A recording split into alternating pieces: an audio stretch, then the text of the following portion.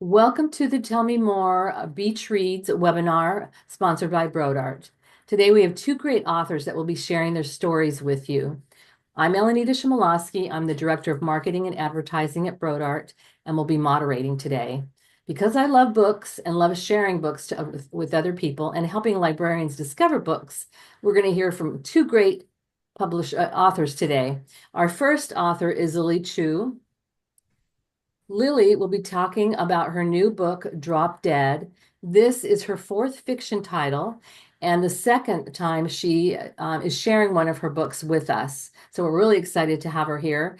Also, this book, Drop Dead, has received a Library Journal review. Its fans of contemporary romances will enjoy this quirky office love story that will leave them wishing they had the moxie and the mansion of the unforgettable Dot.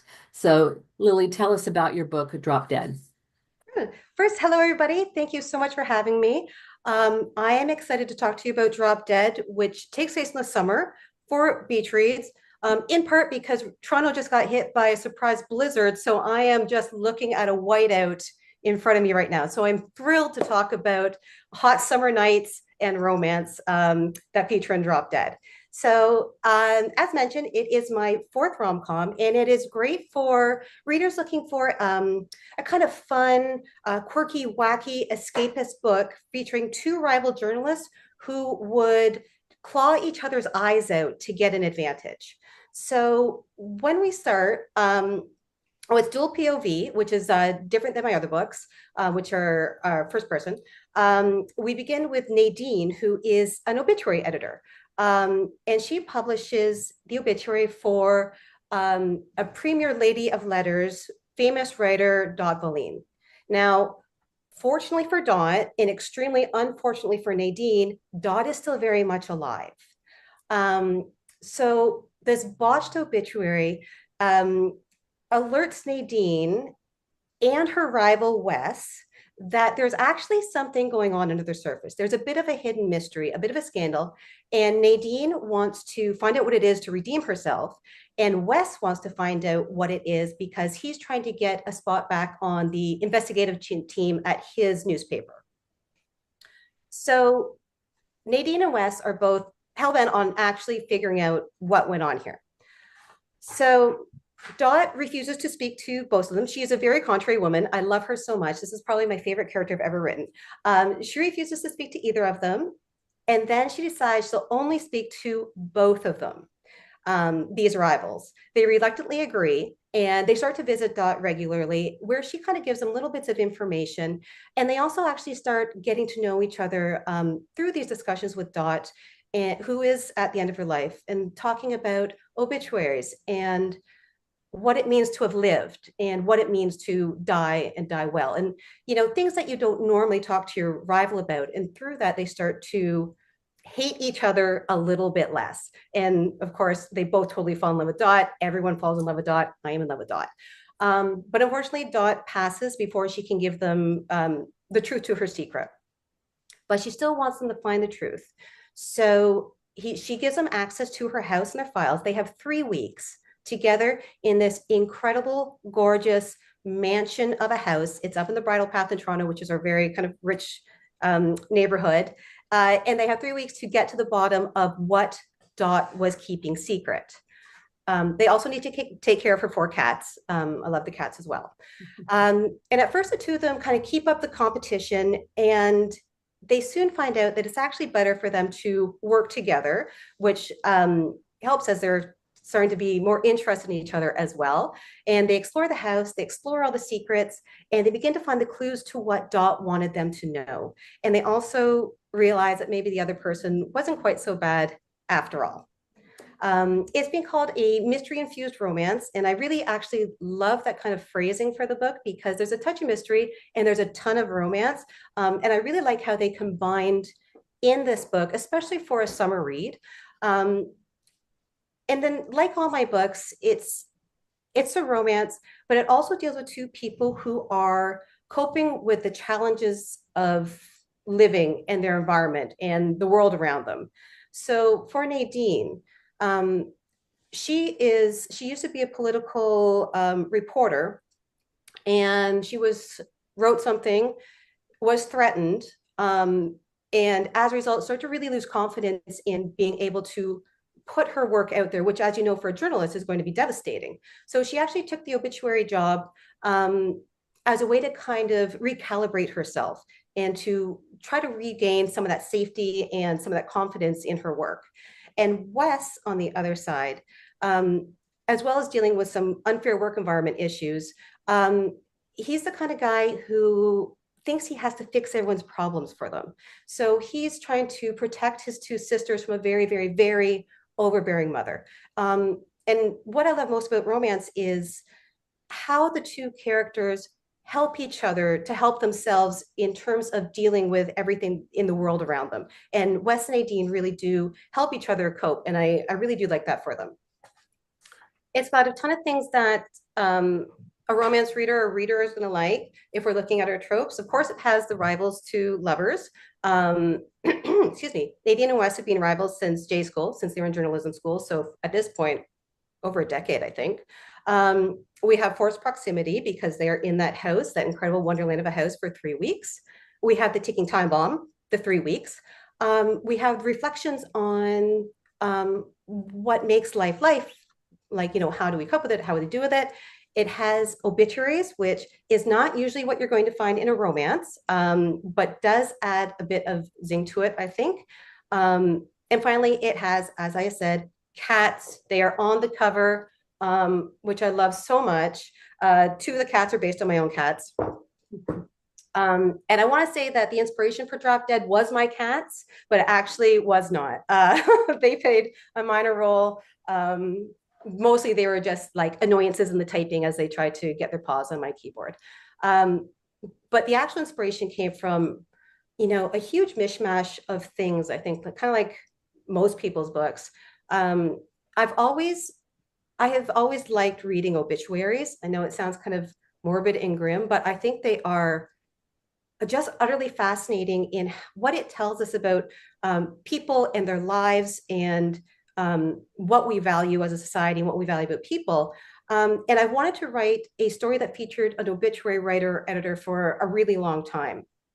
I think that role is such a privilege and a responsibility because you're summarizing someone's life for posterity. These are things that get published, and that's often how people are remembered. So I think it's so wonderful to be able to do that well and to give somebody that final gift of memorializing their life in a way that is like accurate and beautiful and that their family and friends can read and remember. And since this is romance, because I had Nadine, my obituary writer, she needed someone to first annoy and then adore, and who would first annoy and adore her. So I had Wes. And then because she was an obituary writer, she needed someone to write an obit about. And that's when Dot just strode on the scene in all of her Mrs. Roper, Iris Apfel glory. She is caftans, she is jewelry, she is in the 80s, she probably had one of those gigantically long cigarette things. I don't know the name for. I think they're just called cigarette holders, but like she has a hot pink Bentley. She's just amazing. And then for some reason, I really got it back into Agatha Christie's and maximalist design. And I used to actually work for a media organization. And all that came together for Drop Dead. And I really hope like readers like it. Again, I think it's a fabulous kind of summer read. I think it's a great way for people to, like, my goal for all my books is that people can immerse themselves in the story and lose themselves in the character and the setting and the environment for a few hours and come back out like kind of refreshed and ready to tackle life again. So that is the book. I had a lot of fun writing it. Dual POV was a first for me, but it was good, and it has cats. So you create a really good competition between them and mistrust in the beginning. And then as the relationship starts to grow, because of Wes's issues with his mother, he's always trying to make people happy. And then there's this on page 298, they're talking and now the romance is blooming. And he makes a comment that he's trying to make Nadine happy. And I love this because it's so true in life. It says you can play a role in making me happy, but ultimately it's up to me whether I am happy, not you. And I Yeah. thought that was very telling in any relationship. And I love the way you create, as the book goes on, better communication between the two of them because they begin trusting each other. I do have a question about the golden threads of possibility. I love that. Is that something that just came up, or is that something in your life that you live by thinking about the golden threads? And explain what that is. Yeah. So the golden threads of possibility are um, Dot has lived just an incredible life, the famous writer. And she's kind of talking about when it's kind of like when a door shuts, a window kind of opens. When bad things happen, she kind of sees like when she is able, when the crisis is over, when things are done, she can look back and see that these threads of possibility have come up. So she's been able to kind of mine this. And it goes throughout the book. And I think I never actually thought of it as that, is that something I live by? But I think it actually might be, and I just never thought of that to myself. I think it's an extremely hopeful way to live. Um, I think that when you start thinking when bad things happen, like that's it, it's you're just going to get grind down so hard. Um, and I do think there are some terrible things that happen where it's extremely difficult to find any gold there at all, even 10, 20, 30 years down the line. But I think for most things, for most people, when we look back, that job you got fired from, that guy who broke your heart, that housing situation that you didn't take, whatever happened to be that at the time was devastating. I think like a lot of times I look back and I'm like, oh, that actually wasn't like that worked out for me. Somehow that made me where I am now. You opened up this opportunity for me. Um, yeah, so I think like I actually have a sign on my wall, and it's like it dropped down behind the window here, which is why I can't read it to you. But it's like oh, what is it? It's like fate favors the prepared mind. It's something like that. But basically, it's like if you're prepared, you'll take advantage of those opportunities. So I think I am I don't want to say opportunistic, but opportunity seeking. Okay. Well, thank you. Thank you for sharing your book with us. Our next author is Zoe B. Walbrook, and she's a 10-year professor. And her new book is History Lessons, and she's a debut author. So, Zoe, you have a review from Library Journal. It's the Library Journal pre-pub. Your book takes place on a campus mystery. The series opener stars history professor Daphne Overture, who must figure out her connection to a murdered colleague before the killer gets too close. Good thing there is an alluring former detective turned bookseller to help. You also have five praises from different authors, equal part nerdy and funny, romantic and thrilling, fresh, fierce, and funny as hell. And then First Clue reviews, we do a lot of work with. The pleasures of this book are many. More Daphne can only make the world a better place. Over to you, Zoe. Hi, thank you so much for having me here. It's so lovely to be sharing my work with you all.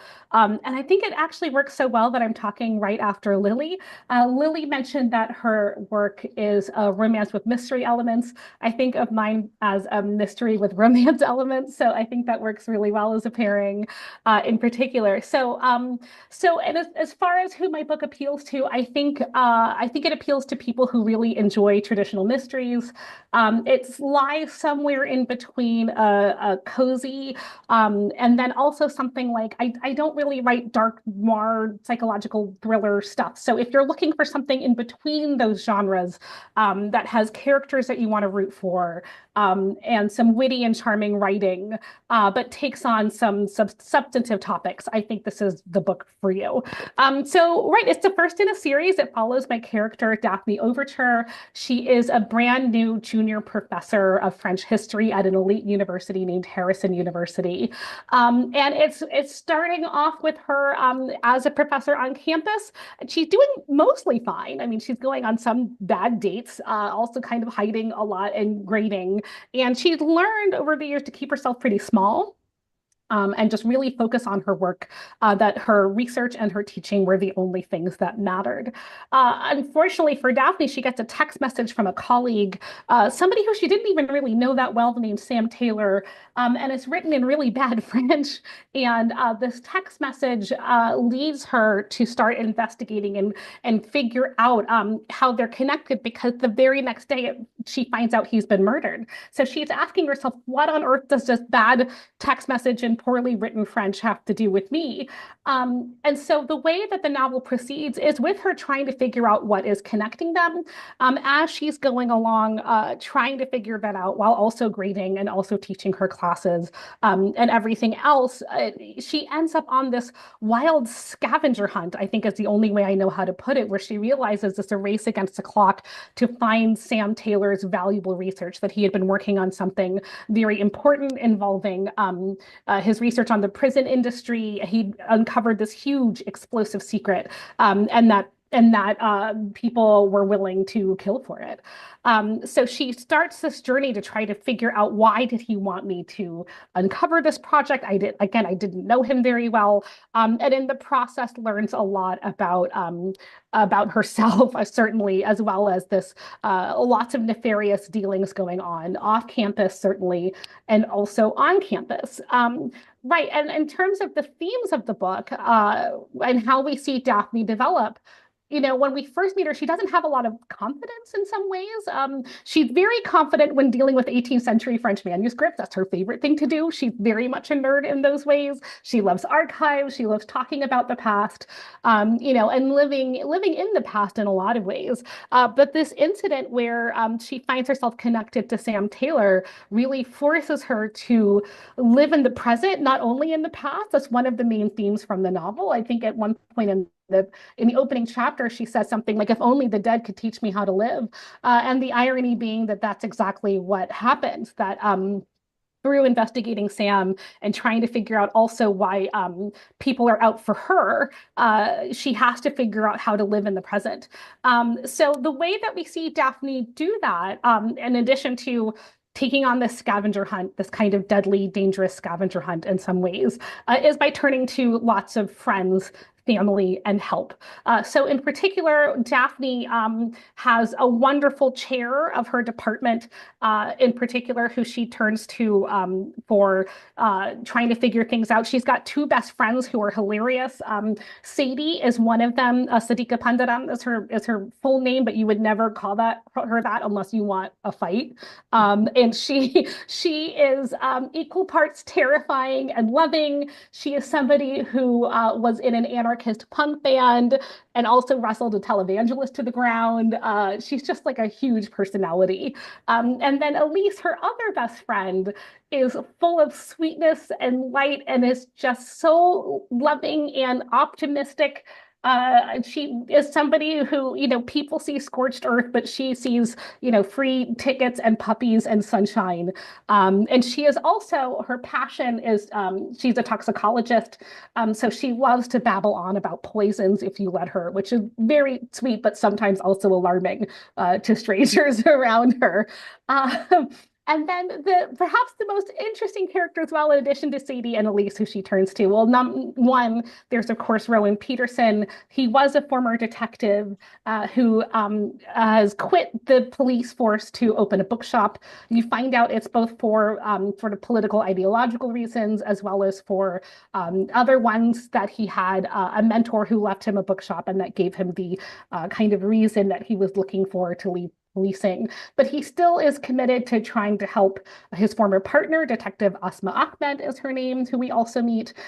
He still is committed to helping Daphne in trying to get to the bottom of Sam Taylor's murder and what it has to do with Daphne and why she's starting to get attacked for it and being hunted down for it.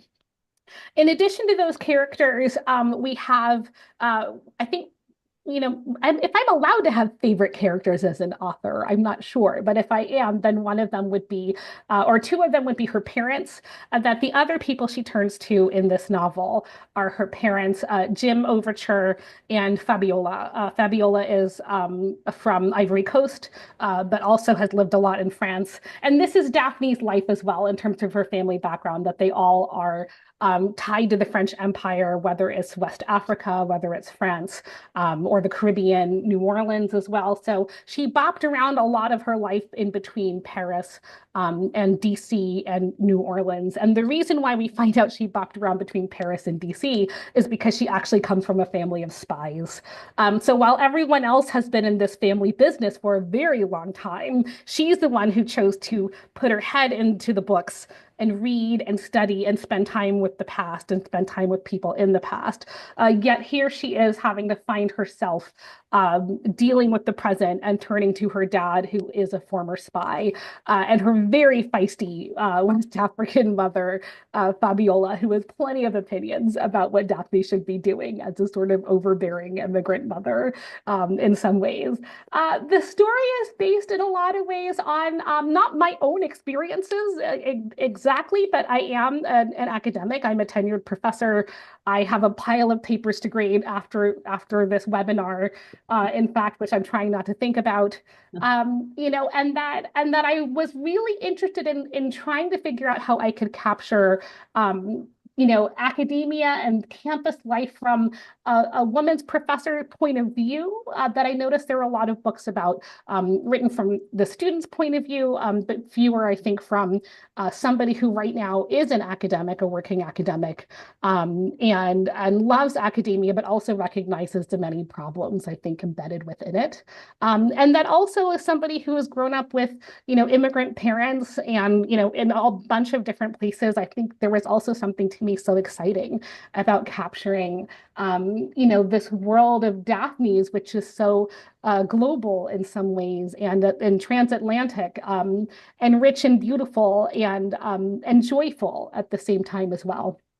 So yeah, so I really do hope that that the book appeals. I think the other last thing I would say, about the book, and when I think about the deeper messages and meaning within it, one might be something along the lines of I think number one, mysteries oftentimes are these really interesting, I guess you could call them something like morality tales, like a 16th century morality tale, right? That can offer some sort of bigger truth. And for me, I think that was wrestling with this question of what does it mean to be, supporting and advocating for social justice in some ways in a public setting, but have a very different life in private? How do you reconcile those two things? That's one of the deeper sort of messages in this. But the other one really is for Daphne, that, when I think about watching her transformation over the course of the first book, that we see her go from her nose between covers, very much so, to trying to take on this really big and important and scary case.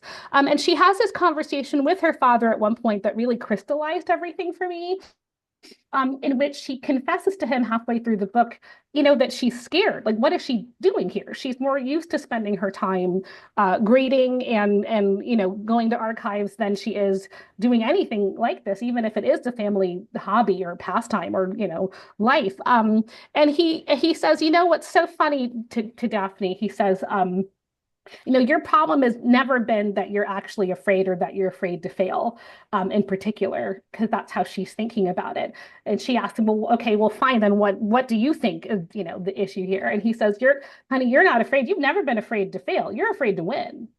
And there's something really helpful about that. It crystallized who Daphne was becoming, that she was becoming somebody who was no longer afraid to win. She was no longer afraid to put herself out there, and figure out the truth, pursue the truth, as a historian's calling, and also in her own life as well. So thanks. Thanks again. One of the things that I found really interesting is that you use the campus also and how she does her research. And she uses her education, her being an academic on figuring things out. Like you use the book Papillon as kind of a clue, and then you use the campus almost like a setting where she's going into different areas and discovering things, and you're following her around. Now she's here and she's investigating this over here. It's very interesting how you used it, almost like part of the personality of the book. Oh, thank you. Thanks. Yeah, I mean, I think this is a thing that I hope is really also, interesting about this book is the way that we have a historian as a detective. And that once we start thinking about it, it makes sense. That as a, like what historians do is they hunt down leads, they chase down tips, and they try to hunt for the truth. That is their job by nature, and that the goal and the role of historians is not to be sharing necessarily things that are always positive, but rather that I think I call them like the Debbie Downers sometimes. If they're the party poopers who are there to remind you of the lessons of the past and what they teach us about the present, and so there's a way that they have this dogged determination to hunt down the truth in the same way that I think of as a lot of detectives. So seeing Daphne pursue that and see her pursue that on campus, and yes, absolutely, campus is a character. There are so many squirrels. There are so many squirrels in trash cans eating pizza, fighting over slices of apple pie on the ground. There's so many squirrels, right? And students trying to pet squirrels because that's also what happens on college campuses all the time. Right. That I wanted to try to capture the